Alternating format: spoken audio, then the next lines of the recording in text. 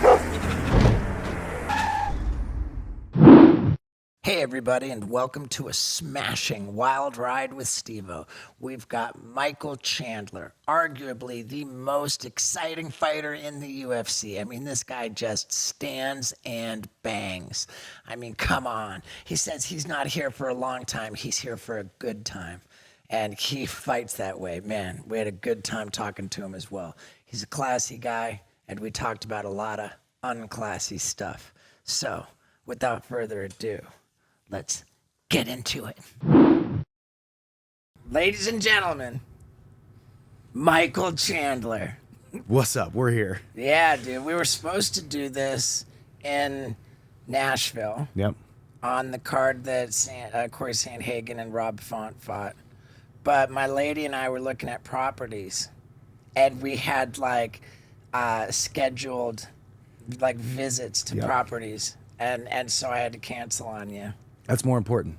Well, dude, we got the property. Exactly, and that's what I'm saying. So now you live closer, or you have a property closer. Closer to me. So I'll take it. So we both live in Tennessee. Yeah, exactly. That's so epic, I'll man. take it. How long ago did you move to Tennessee? Man, I was here. It's been 7 years now. So I actually was just talking. I just got body work this morning, and I was kind of doing the math because I grew up in Missouri. So outside of Missouri, I lived in San Diego for 5 years or so, and then now it's been Nashville has been the longest I've lived anywhere else besides Missouri, where I grew up. So Okay. 7 years. Help me out. What's body work? You getting some Body work work, done? just massage. Yeah, basically massage, but massage sounds like little tranquil music and kumbaya, rest. Mine's he's digging into all these big knots and stuff. I just flew back from Vegas yesterday, so hips are a little tight from sitting on a plane. Yeah, how about Vegas, dude? Vegas was good. UFC 296. It was a good card. It was fun. How close were you to the fight between? Oh my gosh! Actually, so I'm in almost every single one of the videos popping around because I actually missed the jump. I just heard a bunch of commotion, and my manager looked over my side of my shoulder, and I looked over, and I saw Strickland had already thrown the punches, and now he was going elbows. 12-6, 12-6, completely illegal by the unified rules of mixed martial arts. But in the crowd, you can pretty much do whatever you want. Yeah, it's a street fight. Just get the kids out of the way. They actually did though. Did you hear about that? Uh-huh. Because it was Gilbert Burns, his wife Bruna, and their two boys were just sweetest people in the world, but they were literally underneath the freaking trajectory. So they told him to move, and then they probably didn't think. Nobody thought he was going to actually jump over. Now that I watched the videos, but he did. He's Sean Strickland. So, dude, right there. Dana's response to just the question or whatever about Sean Strickland politely asking the kids to get out of the way, it was so funny, man. Yeah, I mean, it is actually hilarious because, it actually it's really kind of cool because it shows a little bit of self-awareness where he's like, hey, I can't be trusted. I know what I'm about to do, but let me at least just tell you guys to move right. Yeah. And anybody else who was like, hey, move, nothing will actually happen, but it's Sean Strickland. And that's why we freaking love him, man. He's just a freaking fun dude to watch. He's a wild card, man. Dude. So I saw your tweet about Colby. Oh yeah. A couple of them. What you said for a guy who talked. What did you tweet? Well, for a guy who talks about everyone being triggered, he sure was afraid to pull the trigger. And then I also said if his offense tonight was an accurate depiction of U.S. strength, we would have never gained our independence, lost World War I, and got demoralized in World War II. Now, I only say that because I don't like to talk a lot of trash, and never do I ever want to step on a guy when he's down after he loses, right? Because I hate when people do that to me. We all hate it. But whenever you've created such a fake character, you've become the character, it's well, I'm not actually hating on Colby Covington, the heartbeat, the guy outside of just the fighting. You're hating on the character, just like it's WWE. And funny thing is, I think he crossed the line. I think he's he's not my style. I think he and I might actually agree on a decent amount of things, but I think his delivery is just asinine. So the line is dead people. Well, yeah, I mean, murdered father, and what he said about Leon, but family in general. Oh, for sure, but that was just one example, and he's just, I don't know, but I think it's, for me, a guy who, I just am who I am. I don't really try to play a character. Of course, every now and then you get pumped up when you're on the microphone, and maybe you're a little bit more aggressive or you're a little bit more whatever, but actually playing a character and You know, it just doesn't sit well with me, and I just think he's the wrong. I don't buy it anyway because, he's actually a sweet guy, but like he does this character. If you're a sweet guy, then you're not like, degrading people. Yeah, I mean, there's a line you won't cross. There's a line you won't let your character cross. You know, just like there could be like actual actors who are like, hey, I'm an actor and I'll do anything in this fantasy world that we call film. But I have a certain things that I don't want to do on camera or whatever. Like I don't know. It's he and I are not. I've actually never spoken a word to the guy, but I do have mutual friends who are like, oh, I swear he's a nice guy. I'm like, maybe. But, Chael really backs him. Yeah, Chael and Cameron Haynes. You know Cameron Haynes? I don't think I do. Great friends with Joe Rogan. He's on Joe Rogan all the time. He's a bow hunter, marathon runner guy. Just a stud. But they're both from Oregon. So. Right.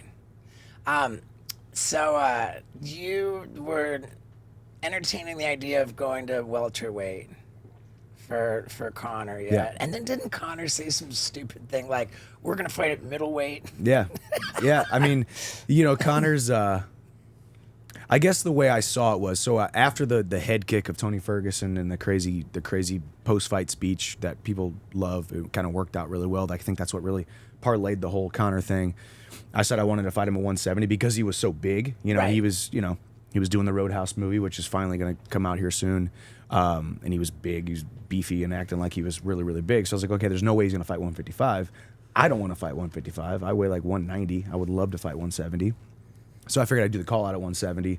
And then, Conor likes to act like he's in control. So he could have said 205 and I would have been like, okay, I'll fight you wherever, dude. Like, right. Because I think I'm bigger than Conor. He's not that big at all. He looks big. He's got really great angles and really great camera photography work and lighting in all of his photos and stuff. I mean, I don't know, dude. His appearance changed in a mighty way. And, him not being in the USADA pool and it being generally accepted to heal like broken bones with all kinds of steroids. He just got a pass for taking steroids because he broke his leg. Is my take on it, and he kind of took that pass and just went way overboard to where his entire appearance just went bananas. He got big. Yeah, and just his face. Like, what the hell? I mean, isn't that like a telltale sign when like your jaw and your forehead get big? Yeah, I mean, and part of that too, because I've gained weight and ballooned up after fights. I mean, after the Gaethje fight, I was nursing all the leg kicks that I took to my lower body, and then I was also the leg kicks that I threw on him. My lower body was kind of trashed for the better part of 6 weeks. So when you can't do much with your lower body, you're going to naturally your ability to do cardio goes down. So obviously, when Conor was limping around for the better part of a year after 2 snapped bones, he was naturally going to gain weight. But yeah, how big his face got. Yeah, but you're not getting like the Barry Bonds chin. Yeah, I mean, the dude. Some of those photos, you can't help but to think, man, are they photoshopped because it's that drastic, or he's jacked. He jacked. He was a big boy. But then when I saw him, because you got to remember too, he's a natural 145 pounder. I still think he's a natural 145 pounder. I actually have made fun of him saying he has the bone density of an albatross. He's got bird bones. Like he's a thinner, lighter guy, right? A lot of power. He's a very good athlete, but a lot of power in the left. A lot of power in the left, or at least he used to. And that's what everybody says. Oh, you're just a stocky wrestler with an overhand right. Conor's going to snipe you with that left hand. And it's like, yeah, maybe the Conor from 2018 would. When he had his timing on, he was more consistent. He was actually trying to fight for and get to the title. So now he's just fighting to get back at all. So yeah, are you guys gonna fight? Is that the question? That is a good question. But let me ask you this question: what do you think is the most well-reviewed product we've ever promoted on the Wild Ride podcast? I dare say that it is AeroPress because they've got 55,000 5-star reviews. This is for someone who takes their coffee seriously. And if you know anything about me, you know I am that person. So, what do we do with this thing? We don't French press, we don't drip, we AeroPress over here. And now that I'm in Tennessee, I'm full-blown country, and I am literally pulling a cast iron skillet out of the fireplace and dumping it in my aeropress like a true badass. Oh my God, how's this gonna work? Yeah! Get the fuck out of here! Now I have pulled it out of the fireplace, and I've got my plunger in there, and I'm doing the thing, man. Aeropress. So satisfying, dude. And man, is this epic coffee. They actually have competitions for AeroPress. Like, there's world champion baristas. And you gotta try it. Plus, they've got a huge offer for you. If you go to aeropress.com/Stevo, aeropress.com, that's aeropress.com/Stevo, you can get up to 20% off this extremely affordable AeroPress coffee maker. I mean, dude, less than $50. It's epic, and it's the perfect Christmas gift. So go to aeropress.com/Stevo for up to 20% off your order and start drinking coffee like a real badass. And there you have it, ladies and gentlemen, the perfect Christmas gift for the last-minute white elephant shopper at aeropress.com/Stevo. Up to 20% off. Now, let's get back to it.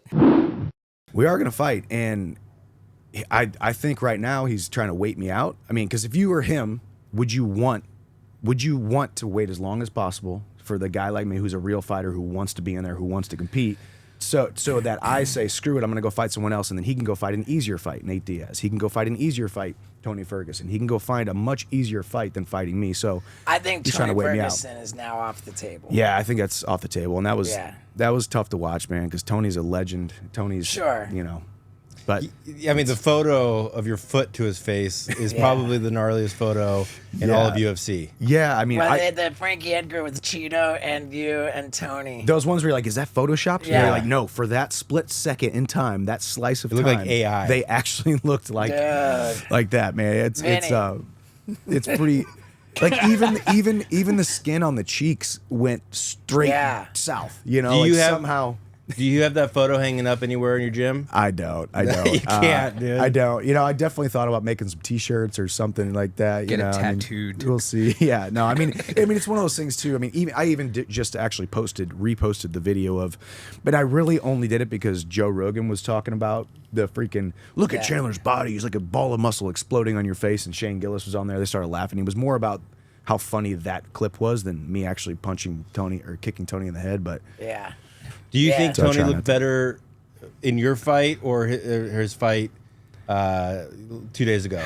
I think he looked better in my fight. Yeah, I think he was that's not even a question. he was slower. You know, it's tough. I mean, the fights in person look a lot slower than when you watch on TV in general. So maybe it's a little bit biased. And of course, I have reasons to say he was better a year or two ago when I fought him than now. But he really did. Right. He really did look a lot slower and Absolutely. you know, but. He had moments in every one of those, was it 6 or 7 fights that he lost before Paddy. He had moments where he...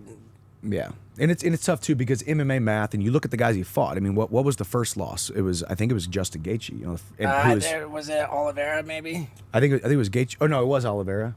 Or wait, it was one of the two back to back. It was either Oliveira then Gaethje or Gaethje then Oliveira. So 2 top guys in the world, then me. You know, so like half of those losses were to like the world class top 5 guys. So, but then after he's lost the last couple, well, he lost to Beneil Dariush, so that's another top 5 guy. So that's strength of schedule is a real thing when it comes to, you know, fighting. It's not just like you lost 6 fights. You lost like even me.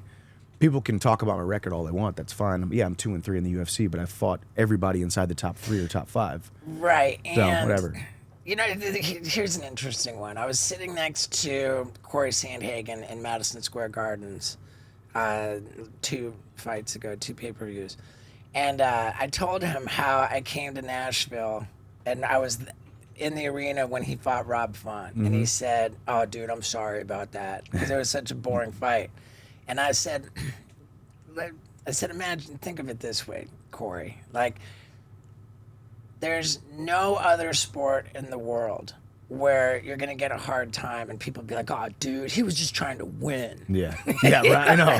Well, they just had to do what they had to win. But in fighting, we're like, "You suck. Get up, blood." You Right, know, right. Like, and he had a torn. He literally tore his tricep in the first round. So, I mean, I don't know how I would respond in that scenario. I've had injuries here and there, but nothing like a torn tricep. You know, I would have definitely held on for dear life. But it's just an interesting thing that, like, you know, it's like if you. Like, you owe entertainment to the fans, and it's a sport where you just want to win. Yeah. So, like, it's not okay to just want to win. And by that same logic, you have recognized the importance of entertainment and fighting. And you've just gone in there and, like, dude, you're like this all-time wrestler. And, like, we've not seen any wrestling out of you at the UFC. Yeah, yeah. I mean, I think I fight within my specific skill set. I mean, it really does feel natural to me to go make it chaotic and go make it a dogfight and make it be dangerous. I mean, and that's part of where the criticism comes with, like, this last one with Colby. It's like, yeah, I mean, you can talk about my record. I haven't won every fight. I get it, but you have never ever once said, "Damn, Chandler was in a boring fight." You know, Right? We don't, because he, you know, and part of it maybe. People say, well, if he would just use his wrestling, maybe he would have won this fight or would have won that fight. But we will never know that. And I also think, just like there's punches, kicks, knees, and elbows, and there's these techniques of the sport, techniques of the game plan, being in somebody's face, keeping your foot on the gas, trying to break a man is a technique. Maybe it doesn't always translate into a win, but it's definitely part of it. And it's a lot more fun that way. I mean, dude, that Gaethje fight was absolutely fight of the year, yeah? Yeah, that was 2021 fight of the year. Could be one of those ones that go down in history as they do the Hall of Fame fights, which is that'll be cool. Whether you win or lose, I mean that's part of it too, and that's a metaphor for life as well. You know, it's not all about the wins and the losses. You know, and that's what I say too. And of course, I can say it because I haven't won every fight. It's an easy cop out for me to say, hey, I might not have won, but I did make you feel something, right? Oh, dude, 100%. I made you feel something. I made you want to go do something more than what you're doing right now because you saw me go out there with my heart on my sleeve, go out on my shield. Maybe it works out, maybe it doesn't, but it's even if you lose, you win when you're truly For operating sure. within your passion. For sure. And dude, I fell in love with Corey Sandhagen, and so I'm not gonna bash the guy. But the reality is, even though he got the W against Rob Font, his profile took a hit. Yeah. And you took the L with Gaethje, Poirier, Oliveira. Yeah. But every one of those fights improved your profile. Yeah, I mean, if you can lose and still win, you keep on winning. You know, that's the way. And that's honestly how every single one of my fights or losses, wins or losses, have been. Every single time I've stepped inside the cage, my profile has increased. Whether it's with a win or whether it's with a loss. You know, a devastating knockout sometimes doesn't even get you as much jump in profile as a crazy fight of the year where you take a loss against Justin Gaethje at Madison Square Garden, you know? So that's why we love fighting, though. That's why people aren't just fans of it. They attach themselves to it and they live it because it's such a fun sport. And the UFC does it better than anybody, as you know. You've probably been to all the promotions, you know? I love it, man. I'm a psycho. I'm a psycho for it. So this Conor fight, I mean, like, it seems like you're kind of getting jerked around a little bit. Like now, like, I mean, has there ever even been a season of The Ultimate Fighter where the two coaches didn't fight? There's been one season, and it was the last time Conor was on it. But with that being said, it was Uriah Faber, who was a 135er. So they were two weight classes apart, essentially. They were different weight classes, and I think it just made sense. Uriah was a star. Conor was a rising star at that point. Yeah. But this time, I mean, that's the thing.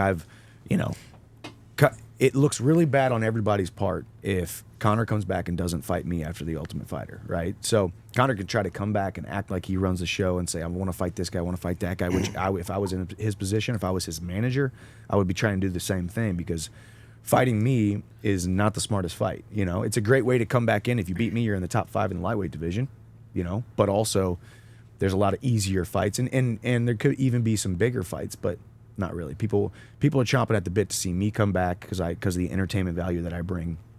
I've had a full year to train and think about this guy.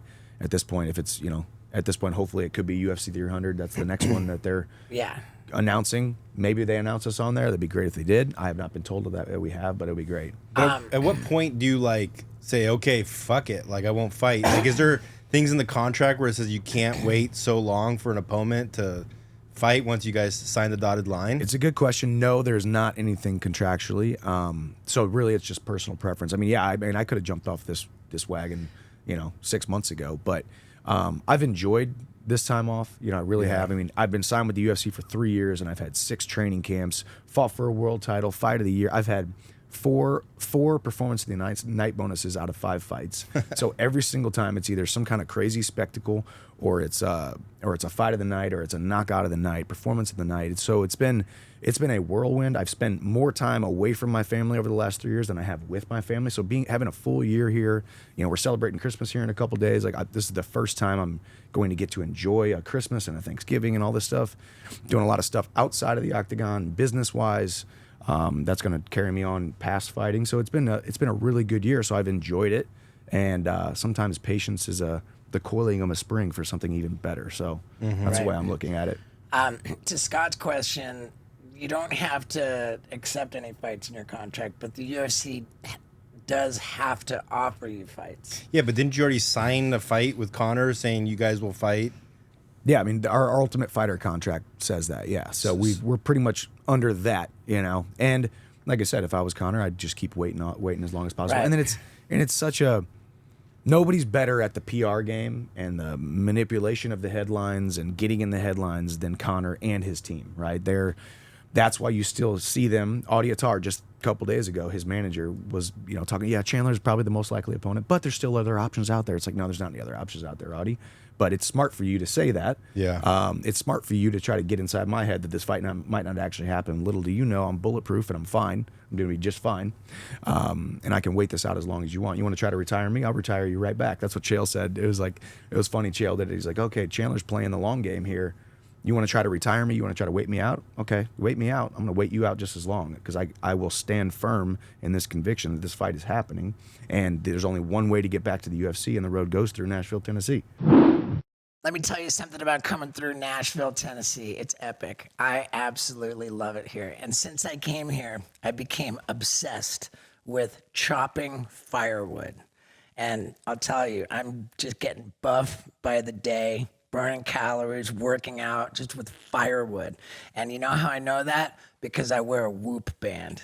And let me tell you, it is so satisfying to go to bed knowing that you really put in the work, that you really, really had your darn calories burned, man. It's a good feeling. And then it's also a really good feeling to know that you got great sleep and that you spent a bunch of it in that REM stage.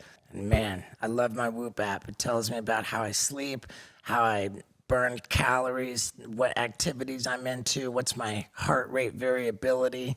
I mean, this is the most sophisticated fitness tracking device on earth, and they're giving the listeners of the Wild Ride podcast 10% off membership, and you can't beat that.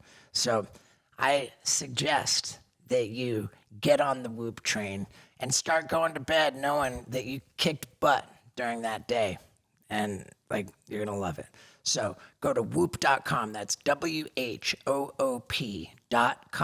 and use the promo code STEVO for 10% off your membership. Again, you're gonna feel real good about yourself if you do this. So whoop.com, promo code STEVO, and let's get back to it. So, All right. I mean, Colby didn't fight for a full 2 years, and I just assumed that was because he's suing Masvidal. Yeah, I thought. Yeah. Right? I just assumed that, if he was cleared by a commission to fight, then that would undermine his claims in the court of law. Oh yeah, because there was some kind of injury or something. Yeah, he's trying to say he has brain damage, but if he gets in the octagon, then his whole argument is kind of out the window. Yeah. But it sounds a lot more like what they're saying is that he was just literally holding out for a title shot. Yeah, I mean, and that's where you have the luxury of being friends with the guys and knowing what's going on behind the scenes and the brass and the UFC. People have no idea what goes on behind the scenes on a day-to-day basis with these guys putting on the biggest sporting events in the entire world, filling arenas all around the entire world, all of these different matchups, dealing with a bunch of freaking lunatics. You know, like these guys got all their own ulterior motives. They got their preferences. The UFC has their power. Like it's a big power struggle nonstop. And as the UFC keeps getting bigger and bigger and bigger, like you said, more guys want to hold out, or more guys want to insert their opinion, which is great. I mean, you want us individual fighters to have our own opinion, stand on our own 2 feet and say, hey, no, this is what I want to do. I'm not going to be strong-armed or whatever it may be. But it's what these guys have to deal with. UFC, like Dana, Hunter Campbell, Sean Shelby, Mick Maynard, these guys on a day-to-day basis, week-to-week basis, card-by-card basis is nuts, you know? Right. So, and the whole, like, fighter pay thing, if you look at the UFC as a business, like, the way they do it makes perfect sense. it does. I mean, Yeah. in any business, you know, Right. any business, you got to start in the mailroom and then work your way up, right? Right. Or you started in the mailroom somewhere else and then you end up working your way up. Like, life is a meritocracy. You get what you put in. Right. Whatever your merit is, you will then get compensated more and more and more. And it's tough because it's not. If you look at fighter pay compared to other organizations, the fighter pay isn't off. As a matter of fact, there's only one way to get truly, truly rich and financially wealthy in the sport, and that's through the UFC. However, a lot of the other guys who are working their way up, they start out off at a low salary, just like everybody starts off at a low salary in a certain business, in a certain sector. And then, as meritocracies would have it, the more you bring to the table, the more you get paid, right? But the argument is tough because all people say is, well, the UFC is making this much, so therefore they should be sharing that with the fighters, the employees, the independent contractors, whatever. But if you look at other organizations, that's just because they're not as profitable. It's just because they're not as good of a product. They don't reinvest into the sport. They don't reinvest into building the entire sport. So you're saying, like, Bellator might pay a larger percentage of their revenue to the fighters. Yes. But there's just less revenue. Tons of less revenue. There's almost no revenue, Right. and there's almost no reinvestment. So I was the biggest name in Bellator for the last 5 years I was there. My last 5 fights, I had a camera on me one time. I came to the UFC in the first 6 months. They were flying out to my house to do this little piece, and then follow me in the UFC countdown, and then get ready for this and get ready. I mean, they reinvest hundreds of millions of dollars back into the UFC every year, which is really into the sport of mixed martial arts, because they have quarterbacked and championed the entire sport to raise the elevation, and that rising tide has raised all ships. PFL, Bellator, one championship, everyone else. Yeah, they on the Patrick Bet David podcast, they pulled up the P&L statement for UFC, and they ran. If you look at the P&L statement, payroll for the UFC accounted for like 44% of the expenses. The rest of it was marketing and all the reinvestment they do to grow the business. You know, so what you're saying is, like, on Bellator, the payroll might be 70% of the revenue that they, the expenses that they bring in, but zero marketing. Zero. I mean, not zero. I'm not going to say zero, and that's what I would say too, because people are talking about PFL and Bellator, the now the new conglomerate, and I'm going to say, well, there's only one thing that they need to do in order to continue to gain this profile, and that's spend more money on marketing, and they're doing a good job. They got Francis Ngannou, they got Jake Paul, and there's these other guys who can be a mouthpiece and be a big platform type of person to be able to help grow the entire brand. But I hit up Ariel Helwani after the Ngannou fight, because I saw a tweet that he put out, and it was he was defending the pay-per-view numbers that Ngannou Fury fight did. It's like everyone said it was only this many, and he says, yeah, well, you're not counting, international pay-per-views and everywhere. And I just hit up Ariel. I said, why are you even defending the pay-per-views on that? Like, they're besides the point, because even if we assume that it was a catastrophic failure and nobody saw it, doesn't change the fact that everybody heard about the fact that Ngannou shocked the world. Yeah. And now everybody is ready to mark their calendars to hand over their money to watch Ngannou box again. yeah, Like, so doesn't even matter. Like that, his dues are paid, and it doesn't matter what that fight did business wise because his next fight is the whole bag. True. Yeah. So what you're saying is the general storyline was, hey, look at how big this fight was supposed to be, and it didn't do as good Right. a numbers as we thought. And there is some truth to that too. I mean, everybody, PFL has tried to do a Bellator. They did it, and they sold like 100,000 pay-per-views or less. It's like the UFC. They just put on this show Right. and they sell pay-per-view and they do time. it because Big time. because everyone knows about it, man. It was the most frustrating thing for me to know, training alongside all these UFC guys, and I put in more work, lived a better championship lifestyle than they did, beating them in the practice room. I was the guy. I was living that champion lifestyle. Yeah. Yet my fight would be happening, and there would be a UFC fight night that same weekend, and they would send all the first string reporters to there. We'd get the second string reporters if we got any. It just seemed like such a smaller deal than even a mediocre UFC card, and that's the brand that they have built. So maybe I'm a brown noser and a bootlicker and all that stuff that everyone calls me, but it's like I just understand the business and I've been around the business and I have the luxury of knowing what it's like to be outside of the UFC, Right. and then coming into the UFC and then watching it just go, So why doesn't everybody? Why do they go to the Bellator? Is it because it's harder to get into the UFC? It's not hard to get in the UFC, and that's not a knock on the UFC. I sit here now today. It's like the UFC will give you a shot. You get a shot. But why would you choose any one of these organizations? I mean, I could tell you years ago the reason I had a Strikeforce contract and a Bellator contract on the table at the exact same time. I took the Bellator contract because that was back when they started. That was back when they used to do these tournaments. Fight 3 fights in 3 months, and then you get a shot at the world title. For me, that was Eddie Alvarez, a top 5 guy. So I saw that clear path for me to be able to hit that rocket ship, and I did all of that. Won the world title, became top 5 guy. Now these days, obviously, you would go to PFL because there's a chance you can make that $1 million tournament. Makes sense, but it also is 5 fights in order to get that $1 million. So they can always say, look, they made $1 million, but you got to fight a lot of times for it.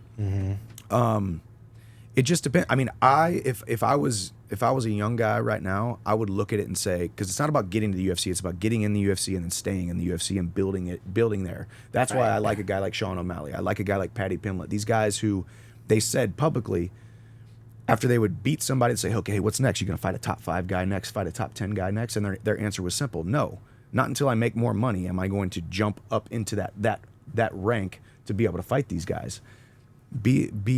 Look at it like it's a slow burn. Look at it like it's a career, not just a catapult. Because it's not about getting to the UFC; it's about staying there and then being 37 years old after 15 years of fighting and looking back and saying, "Man, I made a lot of good decisions to be able to get put in a good position instead of coming to the UFC, becoming a flash in the pan, go back to the bars of my hometown and say, guys, I'm in the UFC, I'm a cool guy, and then 2 fights later you're out, and then you got to fight your way back in." So, guys, look at the outside of the UFC in order to build the platform, build their notoriety, their social media platforms, their merch sales, their whatever, to then be a more highly valuable product whenever they come over to the UFC, like I did as a kind of a big name guy coming to the UFC. Yeah.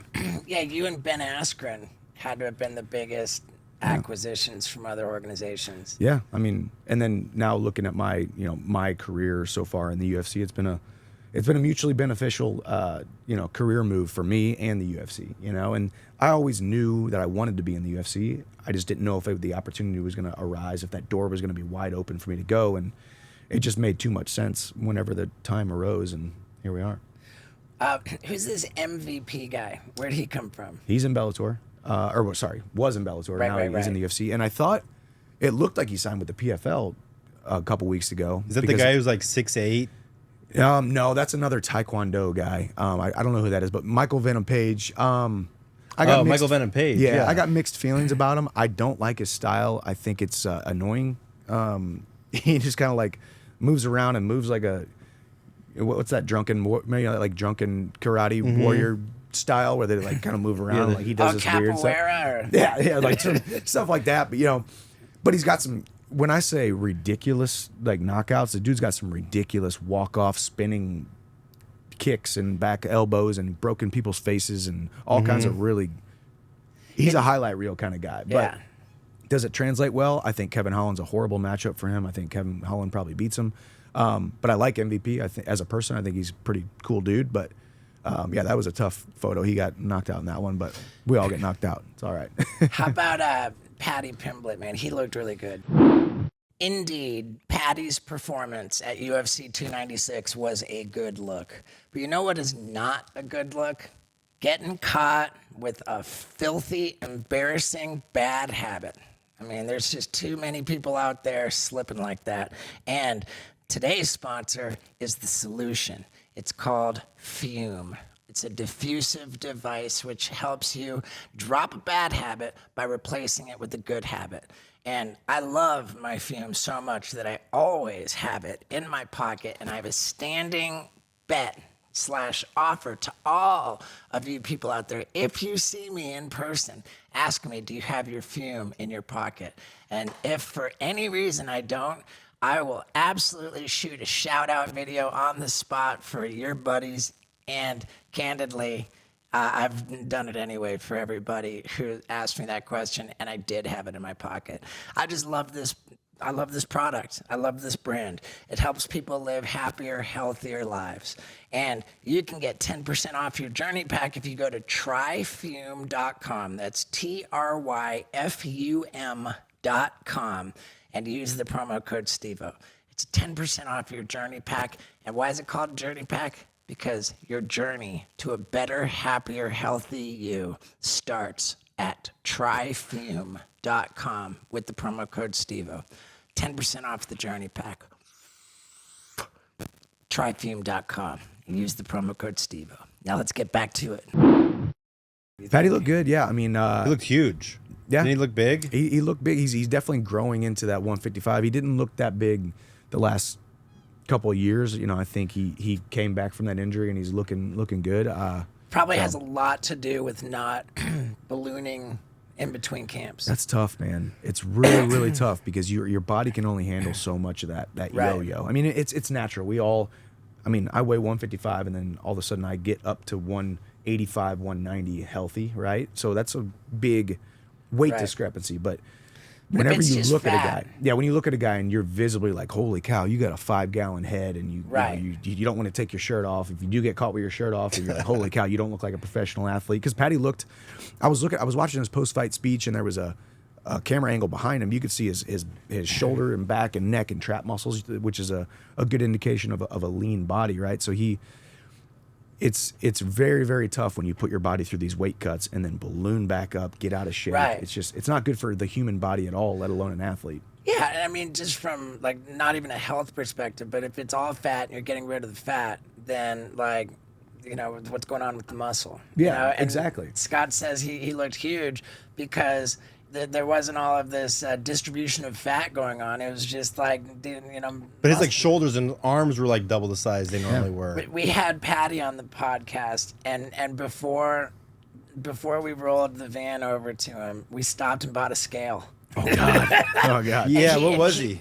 He got on the scale. I think he was like 205. Dude, so that was when he was He was in up. between camps. Yeah, Yeah. it was the night because then after we went to dinner, it was the night that Leon head kicked Kamaru. Oh gosh. Yeah, it was the same day. Was that Because we went watched to that dinner. with Lake? Paddy. What was that? And dude, Paddy's great, man. Yeah. Like I really think he looked great against Tony Ferguson. I think that whole debacle with Ariel Helwani and the way that the decision with Jared Gordon. Yeah.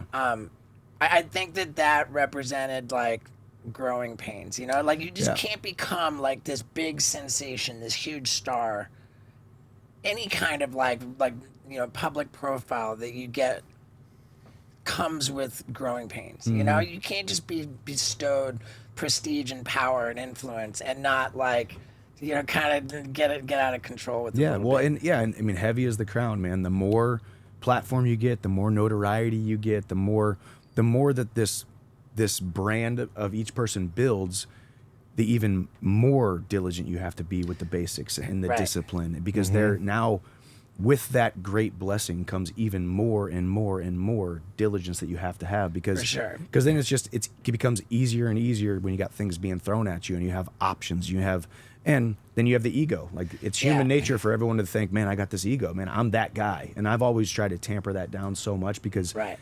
you know, heavy is the crown, but man, high is the fall whenever those guys, Right. you know, similar to like this past weekend. I mean, Colby deserves to have as much hate as he has getting right now because of what he built up. And if you want to say, okay, I did it to try to sell pay-per-views, cool, dude. Well, now you can, eat your shoe because you just got, embarrassed. There's ways to sell pay-per-views. Right. You know? I think Paddy came out that whole debacle,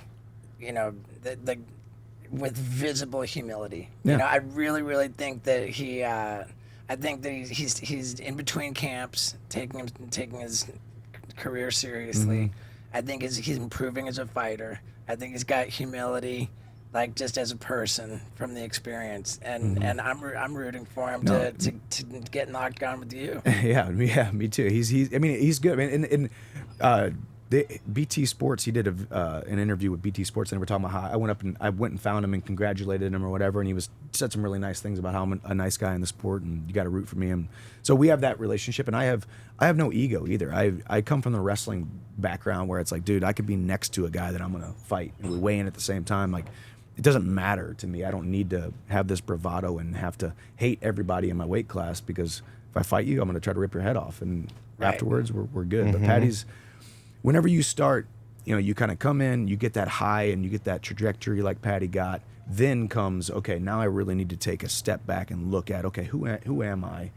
How do I want to live? How do I want to be remembered? How do I want each day, brick by boring brick, to be able to build this thing so that I don't become a flash in the pan? Because it could have been very easily for him to, if he lost that fight to Jared Gordon, now he gets knocked down. If he comes out now, he loses to Tony Ferguson. Before you know it, you're on the chopping block, and people were like, well, you were just a flash in the pan with a interesting haircut and a cool accent, and there's a million of you, right? So it's cool to see him visibly taking it more seriously, because I'd love to share the octagon with him someday. We'll see. Yeah, man, that would be super cool, man. I'm rooting for him. Tell us about the stuff that you're doing business wise. Man, so we just announced my ownership in Hiatus Tequila. So we didn't. Wow. Yeah. So I actually, about a little over a year ago, I met the owners of Hiatus Tequila, the founder of Hiatus Tequila. But before that, I thought about starting my own tequila company. And then when I found Hiatus, tried Hiatus, realized, okay, this is exactly what I would have wanted created. From a visual standpoint, it's a beautiful bottle. It's additive free, certified kosher. The guy who founded it, Christopher DeSoto, is just very, very passionate about agave spirits and doing it the right way. So I was like, hey, let me invest. He said no. I said, come on, let me invest. He said no. So I finally wore him down, and he was gracious enough to let me come in, invest, and become an equity partner. I'm an equity partner in Cram Nutrition. I got to send you some of these. I should have brought you some. It's a better, healthier version of the Uncrustable. So it's a on the go PB&J sandwich. Oh wow! Yeah, Speed Fitness. We have a commercial and home piece of equipment that rivals the Tonal. Tonal goes up to 200 pounds. Ours goes up to 2,000 pounds resistance, and it's got a lot of really awesome technology.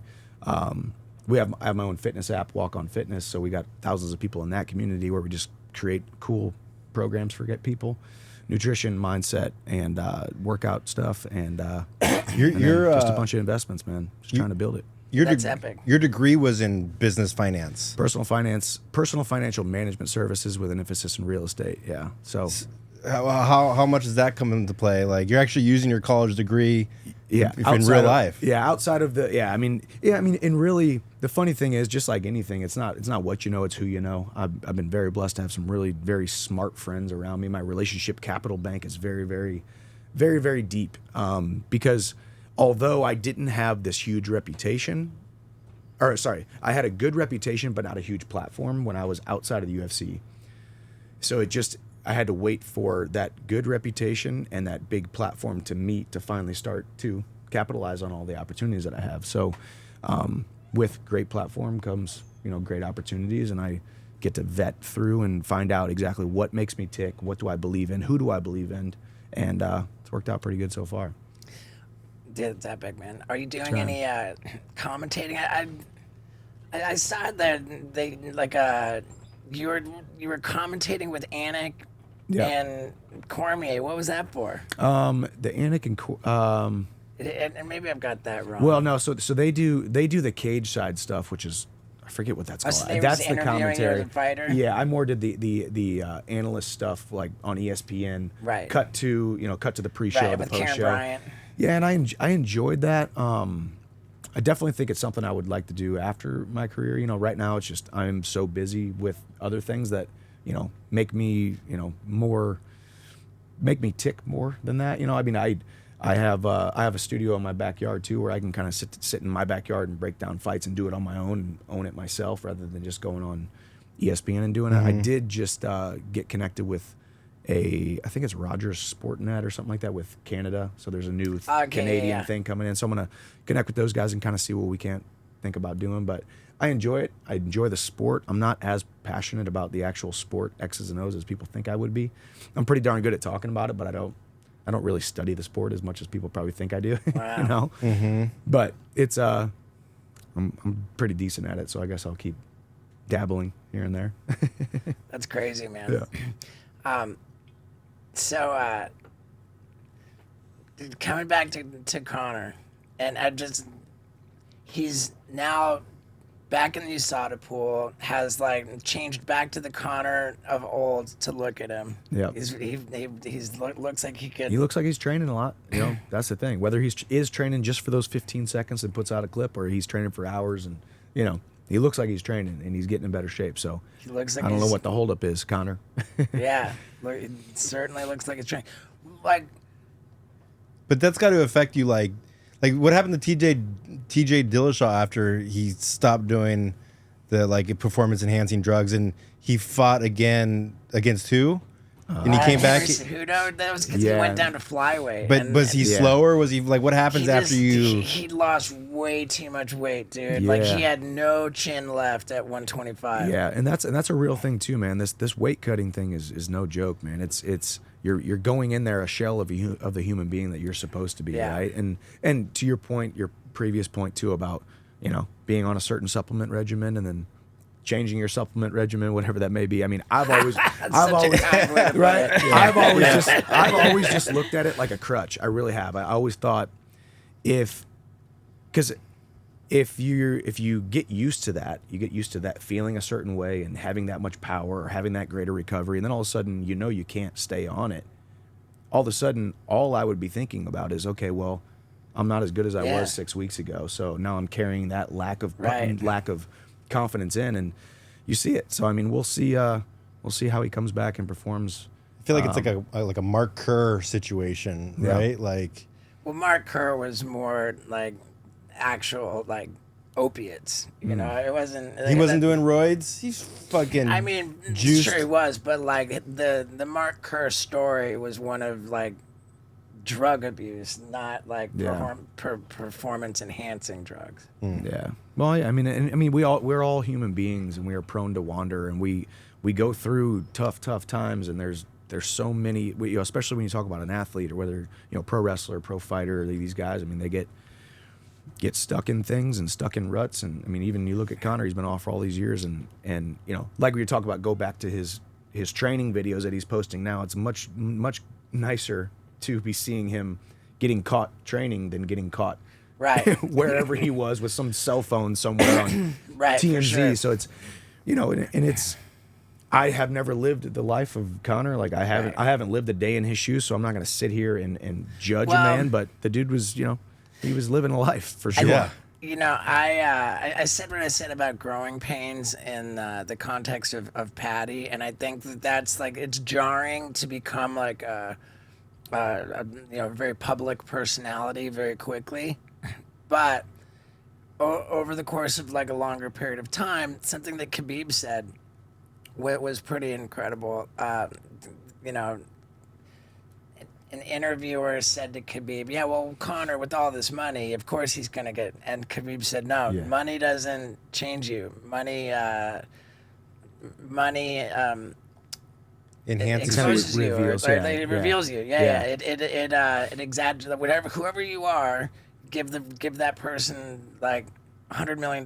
They just are more of who they are. Yeah, no, for sure. I mean, you say that, like, give a person power and then watch how they truly respond. I mean, and that's what people have talked about, whether it be drugs or alcohol or whatever. People are like, oh, alcohol makes him this. Does it really make him that, or does it just get really reveal? Does it really like pull out who he has? And that's not to judge anybody who has probably had those thoughts, like, man, I probably shouldn't drink or should do this or shouldn't do that because it pulls this out of me. It's like, we all have these deep wounds that we're trying to heal, that we're trying to get through. We're human beings, and we live on it. Right. We're on this rock spinning at, Right. however many miles an hour. 8 billion people on this earth just trying to figure this thing out called life, and it's hard and it's troubling and it's tough, but it's also beautiful and blissful if we can find out how to figure it out.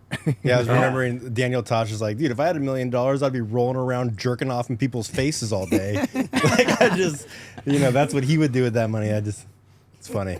I don't know why I just thought about that, but Well, because Daniel Tosh is hilarious. So now the UFC relationship with USADA ends in a couple weeks. January 1, they turn over to the new one, yeah. And what's the new one? So the new one, don't quote me, I think it's Drug Free Sport International. I believe it's the one that the NFL uses, NHL and MLB. Okay. I could be wrong. I did just meet George Piro, who is the head of that, this past weekend. Jeff Nowitzki, who's kind of the UFC guy for that. Yeah, the head of kind of the UFC sport performance / drug testing, whatever that may be. That's one thing about the UFC. They have so many employees. They have such a ridiculously deep crew of high functioning individuals. So yeah, I mean, it'll be interesting. I have the app on my phone, or I don't know if I have the app, but I went to the website on my phone doing the new whereabouts thing, so they're going to know where we're at, similar to USADA. There was a lot of tough things with USADA that people didn't like. I always enjoyed it because I liked knowing that everyone had to be a part of USADA and they knew where I was at all times. But when you're a sober member of Alcoholics Anonymous, you don't mind getting pulled over by the cops. yeah, exactly, right? Yeah, exactly. I was always like, you're like, hey, does that suck? And I'm like, no, I actually always kind of and I always liked it whenever people were at my house. I always liked that it was cool, like duck, duck, duck, knock on the door, and I got like a couple friends over, and like, sorry guys, I gotta go pee in a cup real quick. I thought it's another cool thing that I'll someday miss. Like it's another. I think it was a cool thing, which we'll still have that now under whatever the new drug testing thing is called. We're still gonna have that. They're still gonna show up unannounced. They're still gonna call us and say, hey, you got 2 hours to show up or whatever it may be.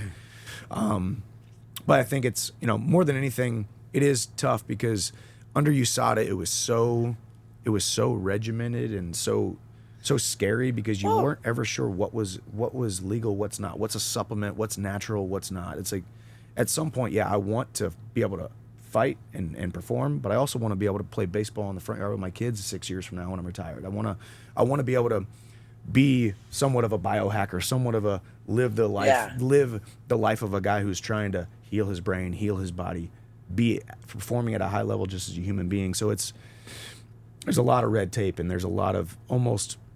I feel like USADA, even like with the IV thing, we couldn't take IVs, which I don't know if we're going to be able to take IVs with the new thing. But you're just like, dude, it's a saline solution in the body. I don't But like a Myers cocktail, you couldn't do that? No, we couldn't take anything over 100 mls or 100 cc's or of like 100 vitamin something. C? No. Yeah, rehydrating with IVs seems like. Let's give us a break over Yeah. here. Well, and then some people would say, well, they wanted to outlaw those because people were going to use those to mask other PEDs or something. you can flush it? It's like Yeah. drinking a gallon of water so you can pass a pee test. Yeah, exactly. Right. So it's Okay. I don't know. I get it, and you want to have a clean sport, but you also don't want it to be so overbearing that all I am relegated to is a protein shake and a multivitamin. It's like, dude, I fight in a cage for a living, Right. and I live this crazy lifestyle. Let me enhance my body as much as I can legally. Right. There's of course things that we should never ever be able to take that are 100% performance enhancing drugs, 100%. But let me be healthy, and we'll hopefully during in the next rendition of the drug testing thing that we can be like, hey, these are things that are 100% legal and 100% not performance enhancing. I don't know. We'll see. Let me ask you this, and I'm surprised I haven't asked every single person from the UFC this question. 1 pint of blood, a pint is 16 ounces, so presumably that's 1 pound. Like, have you ever heard of somebody just fucking donating a pint of blood to make weight? I have not. No, I have not. I mean, it's not a bad idea. I mean, I've heard. Obviously, all the ones like freaking, these guys, like taking an enema, freaking try to dump as much as you can, shaving your head, like all these other things. But no, I haven't. It probably wouldn't be good for, like, it wouldn't bode well Yeah. for your performance. No, probably not. It would deplete you. Yeah. You got to get drug onto the scales oh, wow. because you just lost. Gives blood to make weight for Battlegrounds MMA. Wow, there you go. That was 2014, Yeah. almost a decade. Well, I mean, yeah, that's almost a decade ago. Wow, that's so. I wonder how that goes down. Is it you like- know what? Like what? Like it'd be. I mean, it sounds like Lance Armstrong shit. But if you took out a pint and then made weight and then put it Put a back pint in, back Now, see, that's illegal. So that's literally Right. Anytime you pull blood out and then put it back in, it's the actual definition of blood doping. Whether it was out for 5 minutes or whether it was out for But when people do that, is it their own blood or? yeah. So I think what the cyclists were doing was they would pull it out and then train, make their body produce more of it, and then put it back in. So then you have more blood cells or blood Or blood oxygen. blood oxygen, something. Yeah. I wonder what would trigger because if it's just your own blood, you're not gonna like trigger any drug test. Like what? No. Like how would they identify that?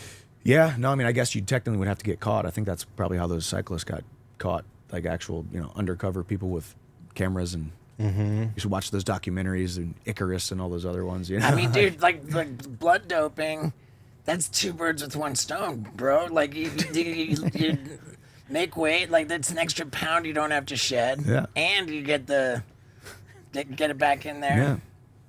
Oh, What's I'm not- something definitely illegal. What's something that's illegal that like you wouldn't think is illegal for like that would show up on a drug test? Where you're like, I can't believe I can't even take this. Like Well, like even creatine.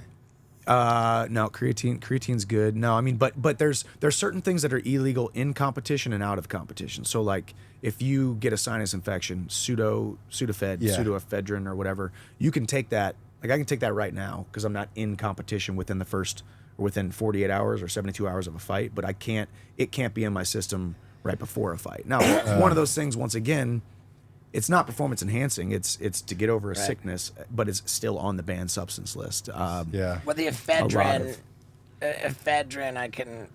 Well, you can use That you makes can sense. make Yeah. You can make Stimulant, meth with like- it, Yeah. right? Yeah. Well, yeah, all the stimulants are off. Like, I mean, you gotta. That's why when the guy did the inhaler, that was a no-no. Yeah. Yeah, Greg he- Hardy. Yeah, Greg Hardy. Yeah, Was it he Greg did- Hardy did the inhaler and then fucking in between rounds? Yeah, he's like, ask That for was forgiveness, not permission. He's like, oh, I forgot I could do it right Yeah. now.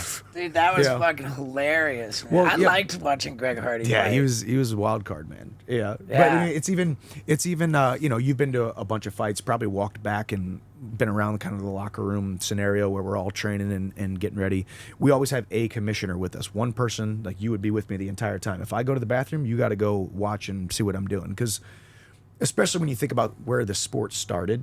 Right, Right. where the sport started. I mean, there was definitely dudes doing drugs like right before they went out there, like Yeah. kind of a little bit off the rocker, like, hey, I need to do this to then go fight, right? So it became this regulated thing where this person, my commissioner, will be with me at all times, and I can't bring anything with me. They give me water, they give me like coconut water, or they give me a granola bar. I can't bring my own. If I wanted to do a protein shake, can't do it. If I wanted to Starting when? like right when I get to the arena, I try to bring a Cram Nutrition peanut butter and jelly with me, and like they're like, no, you got to throw it out. So because you could literally get in trouble because it's not what they gave you, because they don't want outside substances, food, drinks, all that stuff. Wow. Like, what's an example of something that you could take after arriving at the arena immediately before the fight that would benefit you during the fight? Well, you're not allowed to take anything. Like they don't let you Gatorade. literally give. If they give it to you, like if I brought my Oh, own, really? if I brought my own Gatorade in with me, they'd say no, throw it away. Let's say you 'cause had, it could be like- contaminated. It could be. I could have my own supplements in there. How would they know? Like they drugged it? Do they test you before you fight? No, but it's more just hey, you can't have anything with you. Fuck. If you need something, okay, let me go get it for you. Wow. If you need, in which really they'd be like, no, sorry, you get water. You want a Gatorade here? Here's a Gatorade. If you want, you want coffee, let me bring it to you. You can't bring your own coffee. Do they weigh you right before you get in the octagon? No, not right before, but there has been some times where they'll actually, the UFC usually does that. They'll weigh you, and I don't know if it's a commission thing or if it's a, because I mean they're trying to regulate the whole weight cutting thing. You know, they don't. I mean, I'll weigh in at 155. The next day, I'm easily 175. Gain 20 pounds, and I'll really gain like 20 pounds that night. I'll go to bed at 175. And that's 2 all gallons of water. Mainly, yeah. 2 gallons of water, 16 pounds. So before you know it, now I'm at 171. Eat a little bit of food, here I am 175, no problem. So, Crazy. Yeah. So like when like somebody gets to weigh in, say like when Izzy went up to 205 to fight Jan Blachowicz, and he was like under the limit. Like anytime a fighter like goes to the weigh-in and weighs like less than the limit, Yeah. like that, then that's a disadvantage for that fighter. Yeah, yeah. I mean, and yeah, I mean, you always try to basically when you're cutting weight, it's usually for me I would get down to 155 because I know I'm going to float a little bit, and if I'm 155 on my scale, I would already check it and know if my scale is a pound heavy, a pound light to the check scale, because there was actually one fight, I think it was MSG, no, it was Arizona when I fought Ferguson, and Charles Oliveira missed weight because the check scale was jacked up. The check scale somehow got jacked up that day. I remember one fight when And it was- you know that when was I true. think it was at Fight Island or something. I think it was like they were saying that How Yeah, is the that checks- possible? Well, the problem is with scales, you know, I could take a scale, we could take a scale right here and we can step on it, we could pick it up, and then we could go over to my house or whatever, picking it up, moving it around, it can get kind of jacked up. Yeah. And if you don't know that it's jacked up, or you know, with a check scale, it's sitting in a hotel room, nobody's watching it the entire time. They kind of loosely watch it, but you got to make sure no one jacks it up or steps on it, falls on it, drops something on it, Yeah. picks it up and moves it, and it could change a half pound easily. there was a championship fight where somebody didn't make weight and they were not eligible for the I think belt. that was the Oliveira fight. Yeah, it was Oliveira. It was That's Oliveira. right. Of course it was. So I think it was Arizona, and that's where I fought. And I can attest that check scale got jacked up because Okay, that was I it. checked myself on the check scale, and I thought it was X amount of ounces off of my scale, but it actually turned out to be he light got or heavy or whatever. stripped, and it was a jacked scale. Yeah, and it's tough, and it's, you know, because it's such a, that's why the weight cutting thing is just tough, man. It'd be cool if there was more of a range. I don't know. Then again, I've never missed weight. I've never pulled out a fight, so I'm kind of a hard ass about it. I'm like, hey, freaking show up and make weight, but it is tough. Like when that stuff I happens. haven't asked you about Ian Gary. I mean, talk about a guy getting shit on. So he's gone through a lot as of late. You know, these last couple weeks, and then now he pulls out of the fight due to sickness, pneumonia. Right. You know, and then I thought it was interesting too. Now he is scheduled to fight a different guy in March. Jeff Neal. Jeff Neal. Which is great because he made that T-shirt with Jeff Neal's mug shot. Yeah. Like, But so why did that fight not happen? Jeff Neal pulled out of the fight originally? And well, I don't. they were supposed to fight, right? You know? I don't remember. Yeah, it's tough. I mean, once again, I'm friends with Ian. Like, you know, we've trained together. I don't know if we still train together. I don't know if he's still training. He's not allowed in your gym. I don't know if he's still training. I honestly don't know if we're teammates, you know, at this point. I'd but- probably say bet that you're not. Yeah, I mean, I think so. And he was supposed to fight Vicente, who trains with us in Florida. So my opinion of Ian, I like him. He and I are very different, and it's not necessarily his fault. Like it's hard for me to be around him because he's so like positive and laissez-faire and all this, and like talkative and all this stuff during training camp. And I'm like a psychopath. Don't talk to me. Don't look at me type of guy. So our personalities during training camp are a little bit different. So it doesn't mean he's, you know, not a cool dude. I But saw. the way he's been handling stuff lately is tough. I saw. Yeah, it's tough. I saw a comment on one of my like YouTube MMA. Do you watch that, like Full Mount MMA, like all these MMA daily Some of news them, channels? not much. I watch all that shit. I love it. I love it all. And a lot of these channels will have like the top 3 comments from the previous video, and the comments are always pretty juicy. It's worth sticking around for, especially on Full Mount MMA. Shout out to that channel. Okay. And there's this one comment said that Ian Gary is, you know, doing exactly what Connor McGregor did, except he went straight to the part where everybody doesn't like him. He skipped over the being a hero to his fellow countrymen. Yeah, so funny. And Well, I then, mean, part of that, I mean, it's definitely some juicy headlines right now. There's definitely a lot of, which that's what I see now. It's a little bit, you know, interesting that he pulled out of this fight because of pneumonia, sickness, or Right, whatever I saw it was, Henry right? Cejudo was talking about Yeah, it. because I mean, you skip media day, so everybody's like, okay, the pressure's getting to him. It's too much. He's not, he skipped media day. Then all of a sudden, he goes from skipping media day to pulling out of the fight, and you're like, it's pretty easy and very hard to.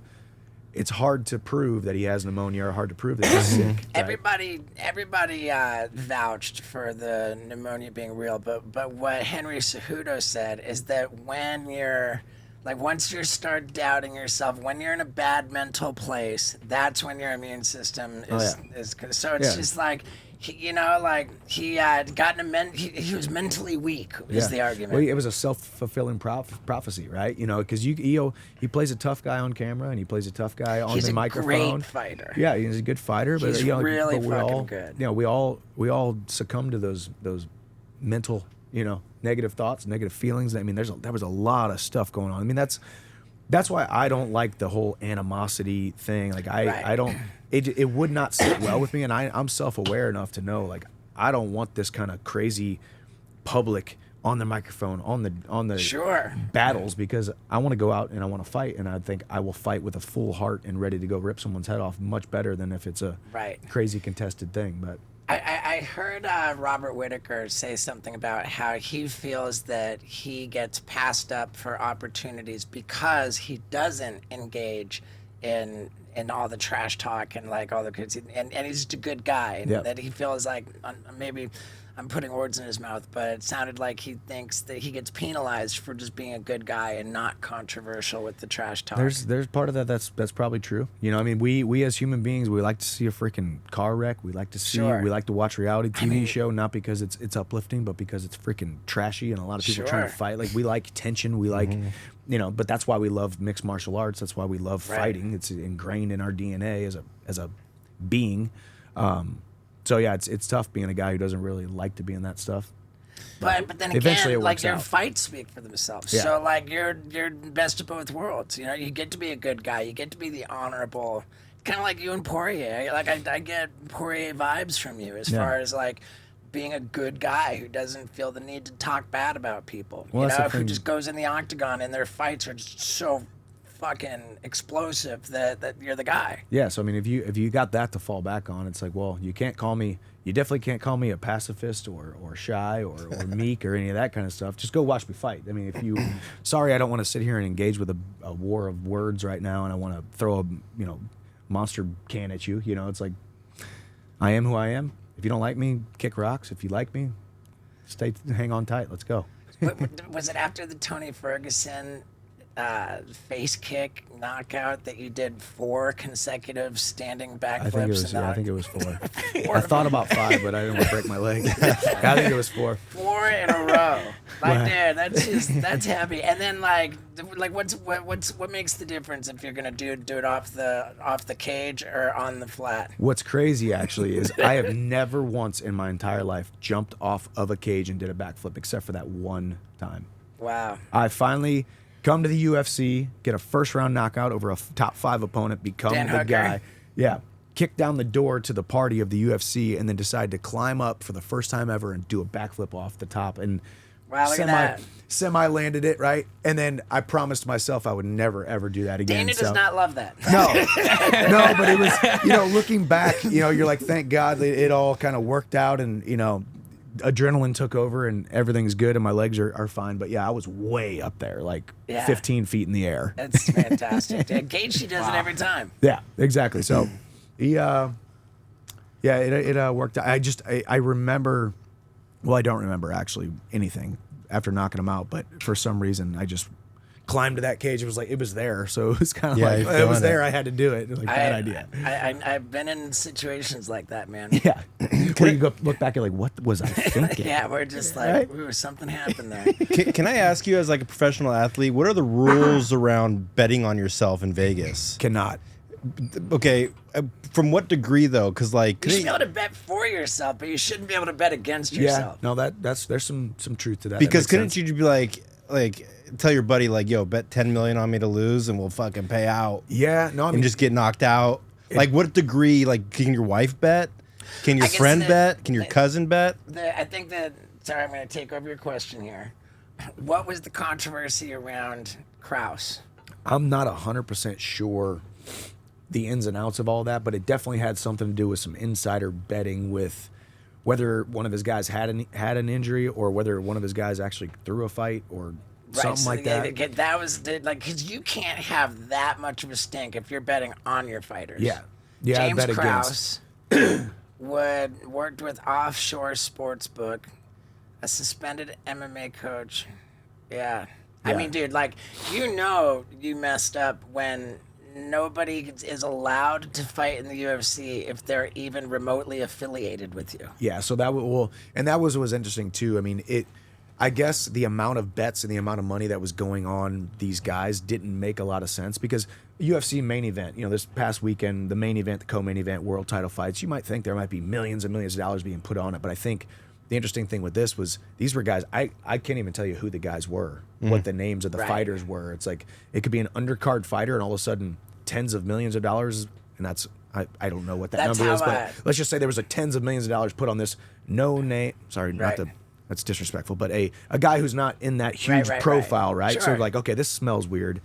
But yeah, right after this happened, we got numerous emails from Hunter Campbell, who is the head of the legal counsel for the UFC, that says, hey, no betting on yourself or against yourself or anything, and no close family members. Like if my wife they tell you that. Well, yeah, and that, it's the same thing. They also had the letter, no having anything to do with James Krause. Well, that too, yeah. So all those fighters had to leave that, had to leave that gym. It'd be one thing if like James Krause's fighters couldn't have Krause in their corner. Yeah. But they can't even be at his gym. Yeah. And he stays in his state. Where is he, in Texas? He's in Kansas City. Okay. So, yeah, you just think like if you're a fighter on your way out and like you got like you run into a boy from high school, like, yo. Yeah. You know what I mean? Like, yeah. It's gnarly, put $10 million on me, dude. Like, I got $10 million under my mattress. I'm going to take it to a sports book and bet against me. Bet against me. Second round, knockout. Pay out 300 to 1 odds. You know? Dude, you're just like, you're like, looked like a weird knockout. Like, I wonder if that's happened before. I mean, it must, because it's like, how can you regulate that? Yeah, well, yeah, I mean, it's... like, they think T. Woodley did that against his fight with Jake Paul. Oh, yeah. But I don't know. I don't think so. I mean, well, you saw he's like, okay, when I drop the elbow, you fucking... Oh, I saw that. Whatever that was, there was some stipulation with that. I'm not a bettor. Like, I don't bet on any sports, let alone MMA. Mainly because I always say never bet on MMA anyway, because even if you're 1,000-to-1 underdog or 1,000-to-1 favorite, it's just too volatile. There's no locks. People can say it's a lock. This is definitely a lock. It's like, no, dude. Like I would. It's too crazy. I would have been on Izzy all day over Sean Strickland. Yeah. Much better fighter on paper, right? And then all of a sudden Strickland goes out there and freaking... Dude, if you look at Strickland's fights before Izzy, like he lost to Cannonier, he got fucking flatlined by Pereira. Yeah. Like, I mean, I don't know, dude. I really think whatever the situation was with Izzy and the dog, whatever that story was, and I'm not clear on what it was, that was in Izzy's head, and Izzy just did not show up because he was in the octagon thinking about dogs. Yeah, well, and Strickland is the wrong guy to have an off night because he's one of those guys that he makes it a dog. Well, sorry, lack of a better term, makes it a dog fight. Makes it a dog fight no matter what. Like, but you know what I mean? Like he makes it a nasty, grueling, tough fight. And he's in your face and he's freaking scary. I mean, he's fundamentals. Yeah, he's like a cowboy Cerrone. Yeah. He's very basic, but brilliant and nasty and brutal with the basics. So day-to-day life right now, like you're with your family. How many kids you got? 2 boys. Two boys. Hap will be almost 7. Hap will be 7 in January, and Ace is 19 months old. So the 7-year-old's already wrestling? Not wrestling. No, playing basketball, baseball, football. Letting him enjoy all the team sports right now, where he's building a foundation of athleticism and movement and that kind of stuff. Wrestling's just too down. Yeah, dude. Michael Chandler and, ladies and gentlemen, Skinny Vinny in the flesh. Are we allowed to say what's happening? We are. Vinny's getting married on a Monday. January 15th. We got Scott Randolph. We got Isaac Patterson. We got an effectively empty ranch house over here. in Tennessee. Luck says, I'm not here. It's cool. My baby. And man, what can I say, dude? It's so rad here. It's so rad. I fucking love it so much, man. And I love you for sticking around to the end of the podcast. Let's show Michael Chandler some street team love. Grab a screenshot, post it, tag him. Because, man, I really, really like that guy. And I would like for him to feel your love. And happy holidays, everybody. I'm sorry, baby. I love you. Okay.